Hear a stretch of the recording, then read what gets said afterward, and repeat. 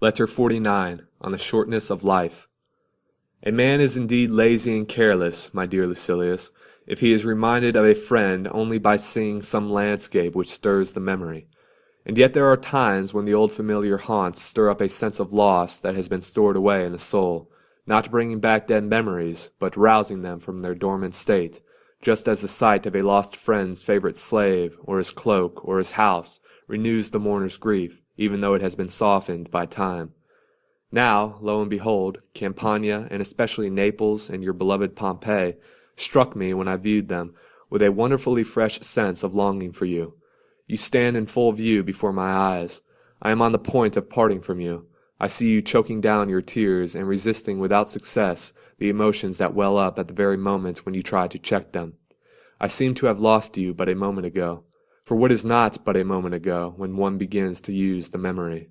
It was but a moment ago that I sat as a lad in the school of the philosopher Sodion, but a moment ago that I began to plead in the courts, but a moment ago that I lost the desire to plead, but a moment ago that I lost the ability. Infinitely swift is the flight of time, as those see more clearly who are looking backwards. For when we are intent on the present, we do not notice it, so gentle is the passage of time's headlong flight. Do you ask the reason for this? All past time is in the same place. It all presents the same aspects to us. It lies together. Everything slips into the same abyss. Besides, an event which in its entirety is of brief compass cannot contain long intervals. The time which we spend in living is but a point, nay, even less than a point. But this point of time, infinitesimal as it is, nature has mocked by making it seem outwardly of longer duration. She has taken one portion thereof and made it infancy, another childhood, another youth, another the gradual slope, so to speak, from youth to old age, and old age itself is still another. How many steps for how short a climb? It was but a moment ago that I saw you off on your journey, and yet this moment ago makes up a goodly share of our existence, which is so brief. We should reflect that it will soon come to an end altogether. In other years, time did not seem to me to go so swiftly. Now it seems fast beyond belief, perhaps because I feel that the finish line is moving closer to me, or it may be that I have begun to take heed and reckon up my losses.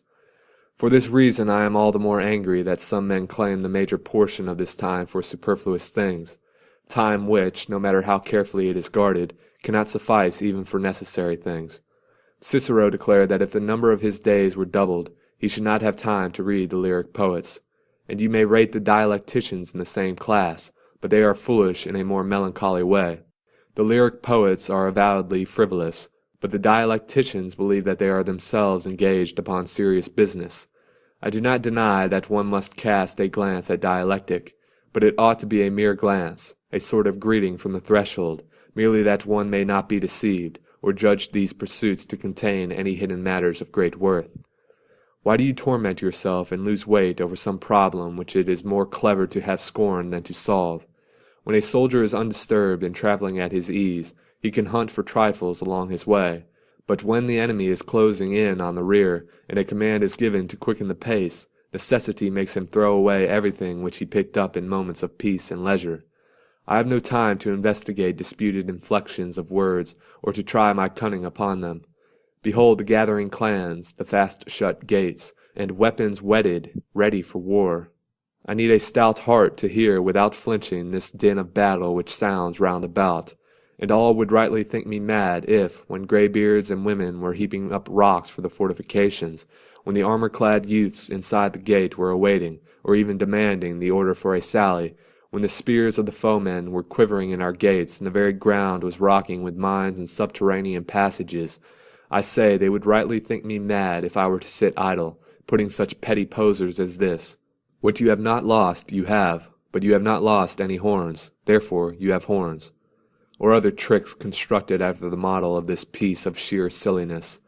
And yet I may well seem in your eyes no less mad, if I spend my energies on that sort of thing, for even now I am in a state of siege, and yet in the former case it would be merely a peril from the outside that threatened me, and a wall that sundered me from the foe.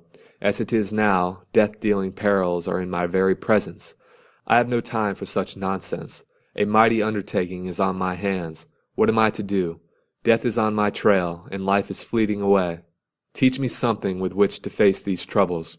Bring it to pass that I shall cease trying to escape from death, and that life may cease to escape from me.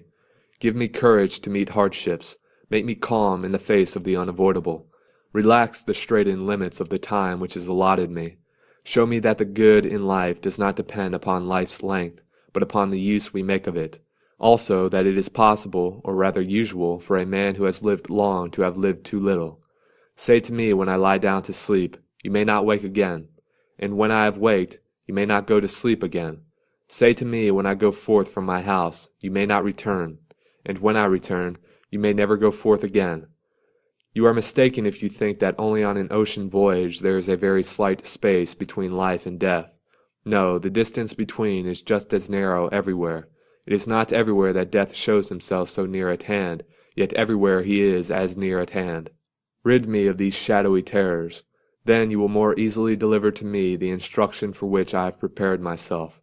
At our birth nature made us teachable, and gave us reason, not perfect, but capable of being perfected.